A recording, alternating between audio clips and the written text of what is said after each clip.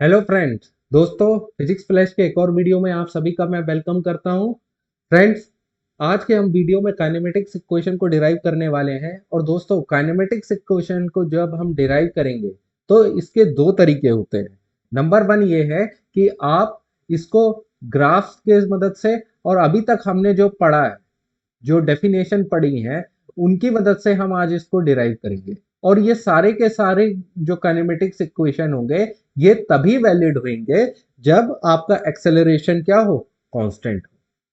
जो तीन इक्वेशन हम डिराइव करने वाले हैं, उसको मैं आपके सामने लिखे देता हूं, ताकि आपको किसी तरीके की कोई परेशानी ना हो। आपको शुरू में ही, वीडियो के शुरू में ही पता लग जाए कि हम आज करने क्या वाले हैं। और ये क्वेश्चंस को जब हम डिराइव करेंगे तो हम समझते चलेंगे, स्टेप बाय स्टेप डेरिवेशन के हर मेथड और हर स्टेप को हम समझते चलेंगे कि वो असल में कहना क्या चाह रहा है। बस आपको याद रखना है, जो इंपॉर्टेंट है, कि एक्सेलरेशन कांस्टेंट होता है। अब एक्सेलरेशन कांस्टेंट होने का मतलब कि v आपका लीनियर है।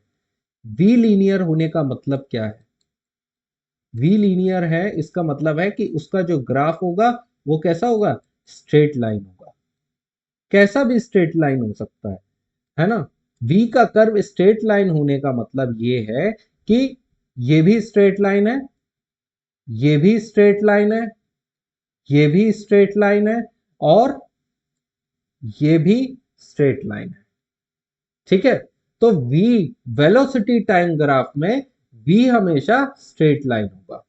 ठीक है। और एक्सेलरेशन टाइम ग्राफ में आपको ये याद रखना होगा, एक्सेलरेशन क्या होगा? एक्सेलरेशन क्या होगा? कांस्टेंट होगा। वेलोसिटी टाइम ग्राफ में vt तो आपका है ना, स्ट्रेट लाइन होगा, पर एक्सेलरेशन कांस्टेंट होगा। हर टाइम पे ए की वैल्यू क्या हो रही है? एक जैसी हो रही है। ए की वैल्यू कैसी हो रही है? सेम है। कहीं पे भी बदलाव आप देख रहे होगे? नहीं देखने को मिल रहा है।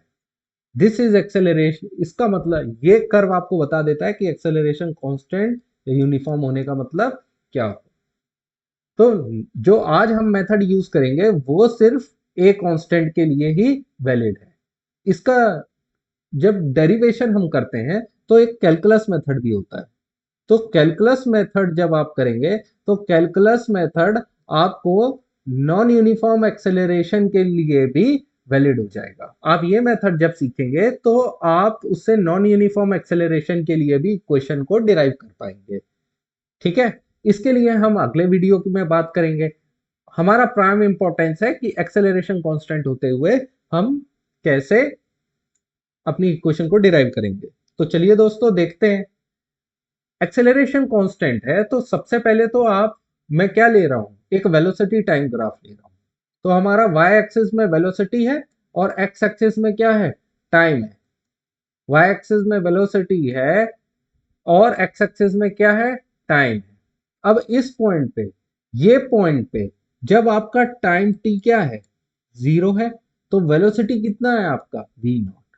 टाइम टी जब जीरो है तो वेलोसिटी कितना है आपका? V naught. अब इस पॉइंट पे, इस पॉइंट पे मैं मान लेता हूं मेरी वेलोसिटी कितना है? v। मेरा वेलोसिटी कितना है? v। तो तब आपका टाइम कितना था? इस ग्रीन पॉइंट पे आप टाइम को क्या नोट कर लीजिए? t टाइम है। ठीक है। तो वेलोसिटी कितना था आपका? v, इस पॉइंट पे।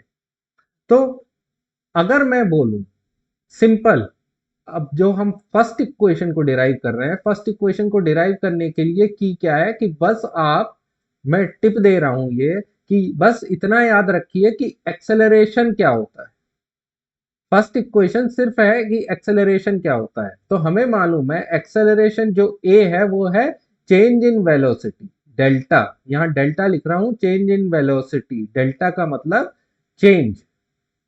किसी के सामने भी डेल्टा लगा दिए मतलब change. Change in velocity upon change in upon, या तो आप चेंज इन डेल्टा टी लिख लीजिए या फिर टाइम इंटरवल, दोनों में से कुछ भी चीज लिखेंगे चलेगा। ठीक है। तो चेंज इन वेलोसिटी कितनी हुई थी? तो वेलोसिटी कहां से कहां तक हुई? वी नॉट से वी हो गई, इतनी बढ़ गई। तो डेल्टा वी क्या हो गया? डेल्टा वी क्या हो गया? V minus v naught. और टाइम इंटरवल कितना हुआ? जीरो से टाइम टी हो गया। टोटल टाइम टेकन कितना हुआ, टोटल टाइम कितना लिया गया, टाइम लिया t माइनस 0, तो टाइम टेकन कितना है t, ये हुआ। तो अगर मैं बोलूं कि यहां से आप वेलोसिटी निकाल लीजिए, v की वैल्यू निकाल लीजिए, तो v की वैल्यू कितना हो गया, v not plus A T, है ना, v not plus A T. तो दोस्तों v यहां पे मैं क्या हूं, अगर मैं कहना चाहूं v क्या है, v क्या है, फाइनल वेलोसिटी, v क्या है, फाइनल वेलोसिटी। और v नॉट क्या है, इनिशियल वेलोसिटी, v नॉट क्या है, इनिशियल वेलोसिटी। ए आपका क्या हो गया, एक्सेलरेशन। और वो एक्सेलरेशन आपका किस तरीके का हो गया, वो एक्सेलरेशन होगा आपका एक कांस्टेंट एक्सेलरेशन, ठीक है, वो एक्सेलरेशन होगा कांस्टेंट एक्सेलरेशन। अगर एक्सेलरेशन टाइम ग्राफ है तो आपका कर्व इस तरीके से होगा। अगर वेलोसिटी टाइम ग्राफ है तो किसी भी वेलोसिटी टाइम ग्राफ का देखते ही आप एक्सेलरेशन कब होगा, जब वो स्ट्रेट लाइन होगा, ठीक है, जैसे यहां पे। तो आपका फर्स्ट काइनेमेटिक इक्वेशन डिराइव हो गया। तो दोस्तों अब हम सेकंड काइनेमेटिक इक्वेशन को डिराइव करना चाहेंगे, पर सेकंड काइनेमेटिक इक्वेशन को डिराइव करने से पहले आप ये कर्व को देख लीजिए, ठीक है, आप ये कर्व को देख लीजिए। इस कर्व में y एक्सिस में अभी भी वेलोसिटी है, y एक्सिस में वेलोसिटी है और x एक्सिस में आपका टाइम है।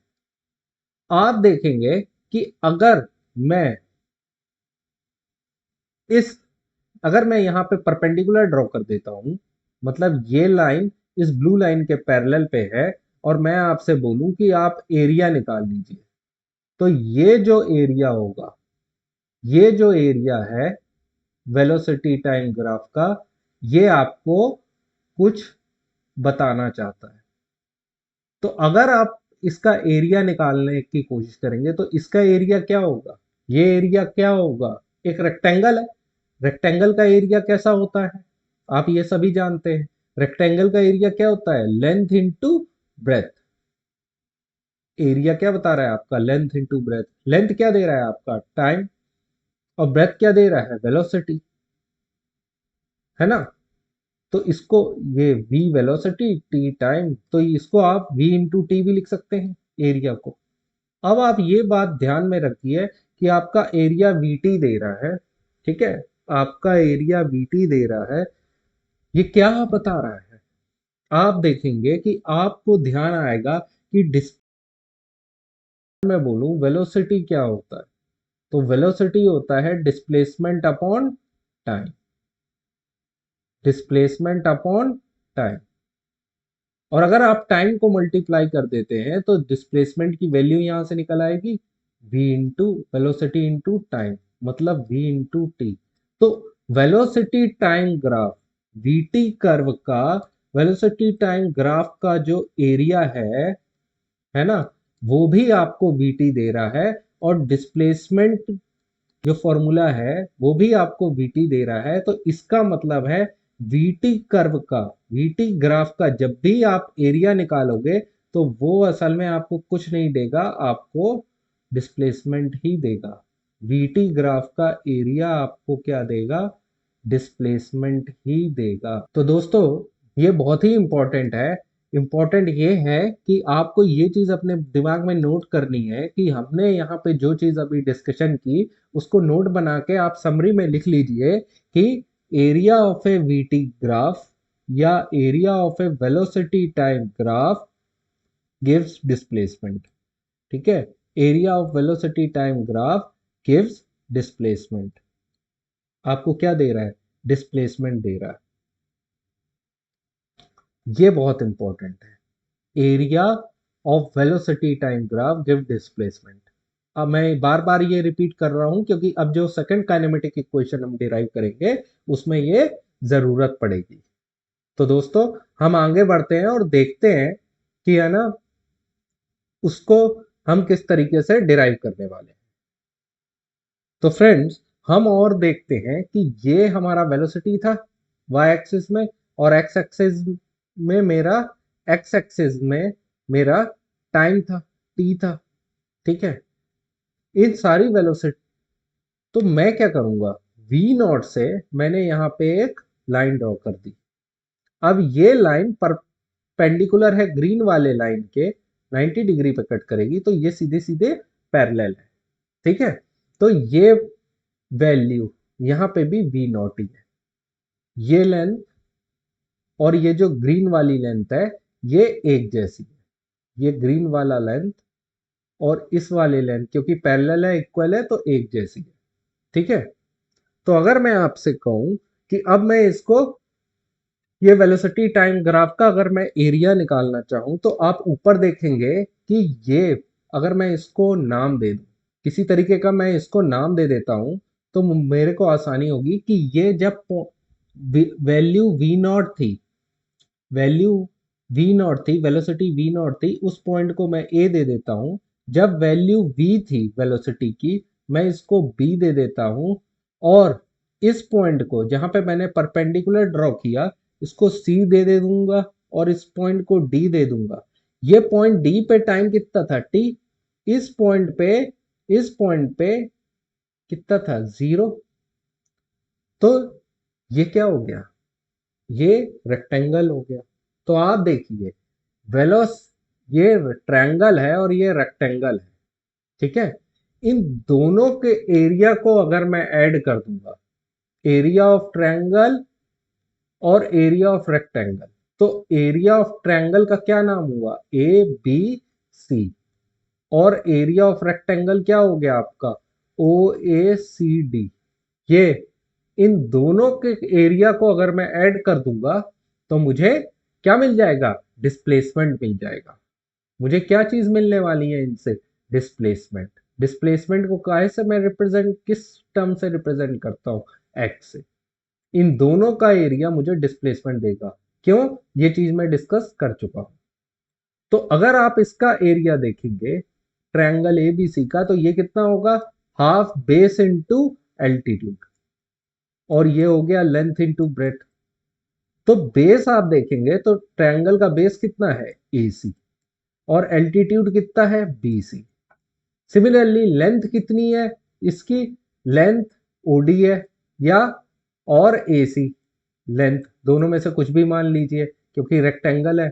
और ब्रेथ कितनी है, सीडी और ओ ए, दोनों से में से कुछ भी मान लीजिए। तो आप देखेंगे एसी कितना है ना।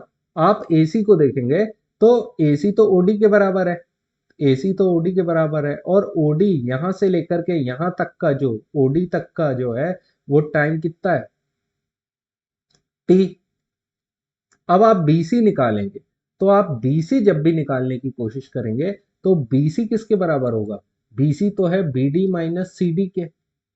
अब अगर आप बीसी को, ये ग्रीन वाला जो मेरा लाइन है, इसकी लेंथ कितनी है, ये टोटल लेंथ है वी, और सीडी की लेंथ कितनी है, सीडी की लेंथ उतनी ही है जितना ओ ए की लेंथ है, और मेरी ओ ए की लेंथ कितनी है, वी नॉट। तो इसको मैं लिख दूंगा।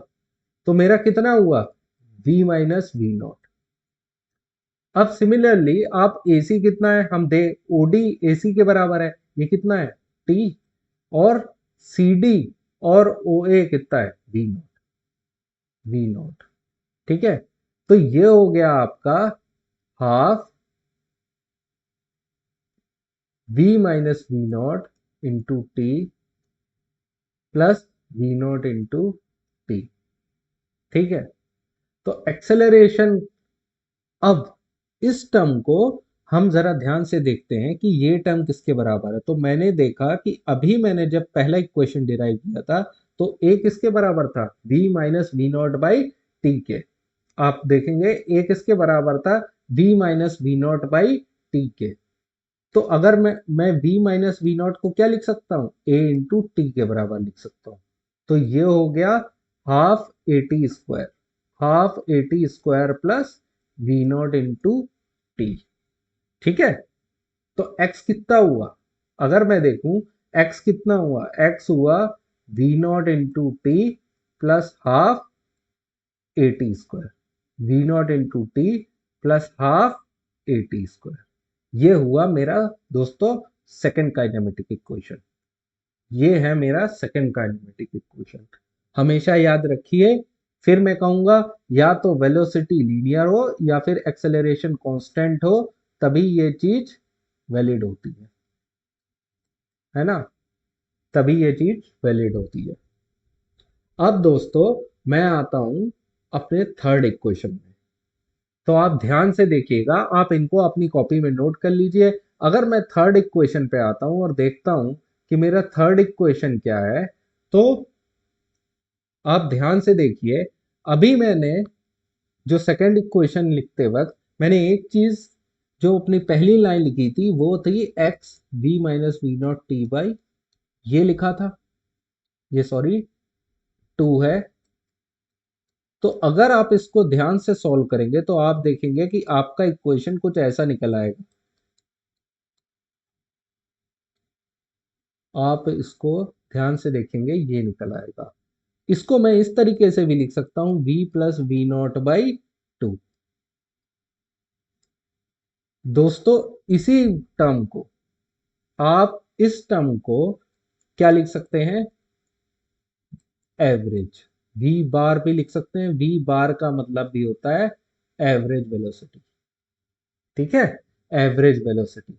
तो x आपका क्या है, x आ रहा है v बार इंटू टी। ठीक है, v बार इंटू टी, यही चीज होती है आपकी एवरेज वेलोसिटी।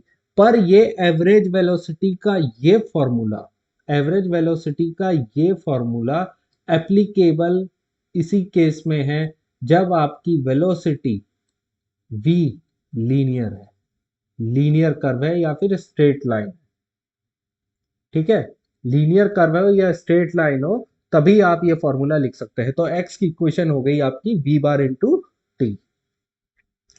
अब दोस्तों हम थोड़ा आगे बढ़ते हैं और इस पॉइंट से, इस पॉइंट से हम आगे बढ़ेंगे जो हमें थर्ड काइनेमेटिक इक्वेशन का डेरिवेशन देगी। तो इससे अगर हम जब आगे बढ़ते हैं तो आप लेफ्ट साइड देखिएगा, t की वैल्यू होगी v minus v naught by a. अब ये वैल्यू मैं अपने इस इक्वेशन में डालने वाला हूँ। इक्वेशन नंबर 1 में अगर मैं t की ये वैल्यू डाल दूं तो x की वैल्यू हो जाएगी v plus v naught by 2, और t की भी वैल्यू यहां पता चल जाएगी। तो x हो गया आपका v square minus v square naught upon 2। तो यही मुझे वैल्यू देगा 2ax की, 2ax, जहां पे टाइम t इक्वल टू 0 पे, टाइम t इक्वल टू 0 पे वेलोसिटी v नॉट थी। ये वही वेलोसिटी v नॉट है। इसको आप इनिशियल वेलोसिटी भी कह सकते हैं, इसको आप इनिशियल वेलोसिटी भी कह सकते हैं। इसी तरीके से पर्टिकुलर टाइम t पे मुझे जो वेलोसिटी मिली v, वो मेरी फाइनल वेलोसिटी है v, वो मेरी फाइनल वेलोसिटी है v। और x आपका क्या हुआ, डिस्प्लेसमेंट हुआ। तो ये हो गया आपका थर्ड काइनेमेटिक इक्वेशन। तो ये 3 काइनेमेटिक इक्वेशन है जो आपको याद रखने हैं। दोस्तों ये जो सारे हैं वो यूनिफॉर्म एक्सेलरेशन या कांस्टेंट एक्सेलरेशन के हैं। ये मेथड नॉन यूनिफॉर्म एक्सेलरेशन के लिए एप्लीकेबल नहीं होगी, उसको हम अगले वीडियो में डिस्कस करेंगे। अगर दोस्तों आपको ये वीडियो पसंद आया हो तो प्लीज़ लाइक कीजिए, कमेंट कीजिए और सब्सक्राइब कीजिए। आपको अगर रेगुलर इंटरवल में पूरा कोर्स चाहिए तो वो मैं चाहिए तो मैं आपको प्रोवाइड करा दूंगा, मगर प्लीज चैनल को ग्रो करने के लिए आपका सपोर्ट बहुत जरूरी है।